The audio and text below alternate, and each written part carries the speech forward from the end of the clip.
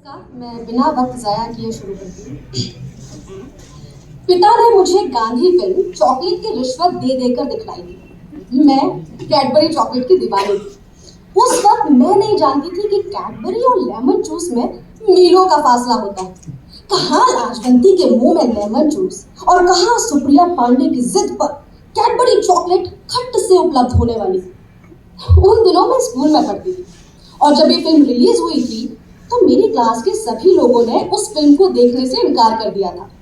लेकिन पिता पिता तो पिता थे।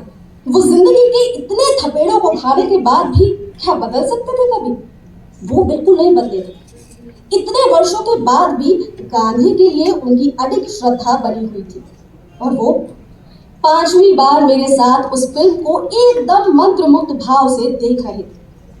फिल्म के लगभग अंतिम दृश्य में जब 1947 में नोआखली के दंगे का सीन चल रहा था और गांधी दंगे के खिलाफ अनशन पर बैठे हुए थे तो नेहरू फिल्म में ना रोशन सेठ ने नेहरू का किरदार निभाया था।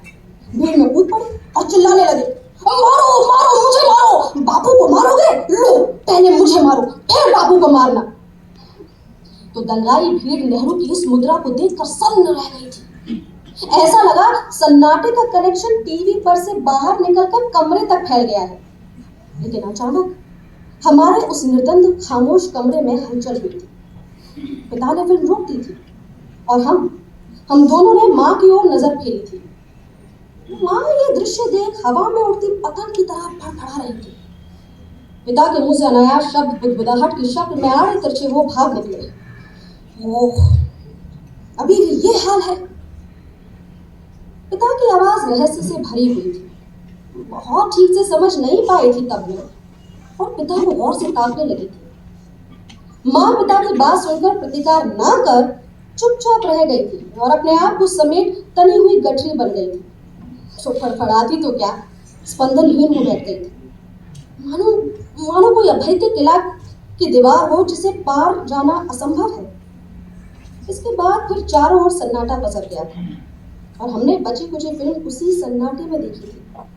फिर हमने खाना खाया था, सादा सा बदमजा सा, तो रोटी आलू बैगन की सब्जी, थोड़ा दही थोड़े सलाद के साथ। पिता की तरह मुझे भी बैगन की सब्जी पसंद नहीं थी, लेकिन उस दिन बिना शिकायत मैंने खाना ढूंढ लिया था और जल्दी से अपने कमरे में चली गई थी। तो सोच कर परेशान होती रही थी कि क्या पिता के कहे फिल्म और माँ के बीच कौन सा ऐसा बोझ है जिसके लिए माँ को गठरी बन जाना पड़ा है। ऐसी गठरी जिसमें बहुत कुछ ठुसा हुआ है।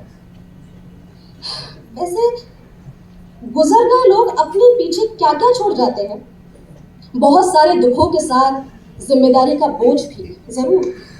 यदि ठीक से परिभाषित जिम्मेदारी नहीं भी हो तो कुछ एब्स्ट्रैक्ट सी और कुछ विशेष नहीं तो उन्हें और उनके काम को याद रखने की जिम्मेदारी तो जरूर ही।